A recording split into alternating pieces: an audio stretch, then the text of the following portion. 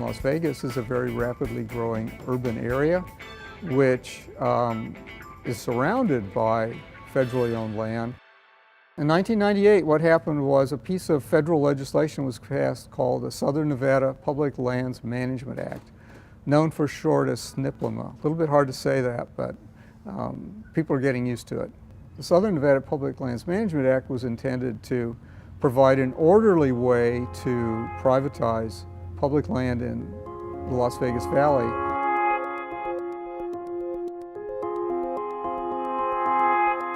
So Congress sets the boundary for disposal. There's been approximately 35,000 acres sold in the Las Vegas Valley. In general, there's about 30,000 acres available for sale.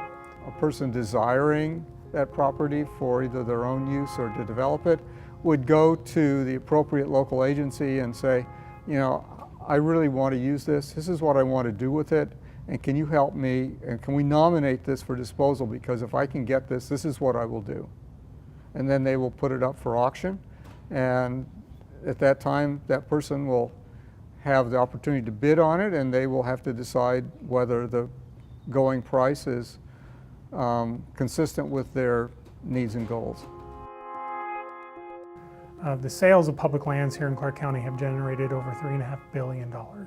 We've been able to put 85% of $3.5 billion back into Nevada. Developers were very much involved because they were the ones wanting to acquire federal land. So their voice was heard. Local government's voice was heard in this because they were getting the short end of the stick, providing infrastructure, schools, and all of that for that land. So they wanted to be sure that there was provision that they could be taken care of in that, to a certain extent at least.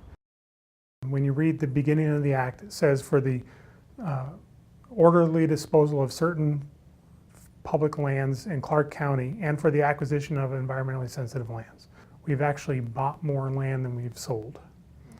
We have brought into federal ownership, not just BLM, Forest Service, Fish and Wildlife Service, National Park Service, about 70,000 acres.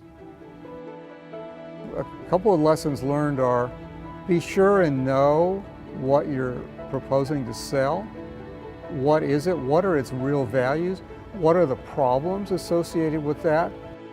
Many groups have thought to use SNPLMA as an example of how to implement disposable parcel designation within an area for sale. I would say that that model can only be extrapolated to comparable areas, which would mean western, urban, rapidly expanding areas. It won't be applicable in all areas of the West, in all BLM lands, or in all cases where they have already designated disposable parcels. It would have to be something comparable to the situation in southern Nevada.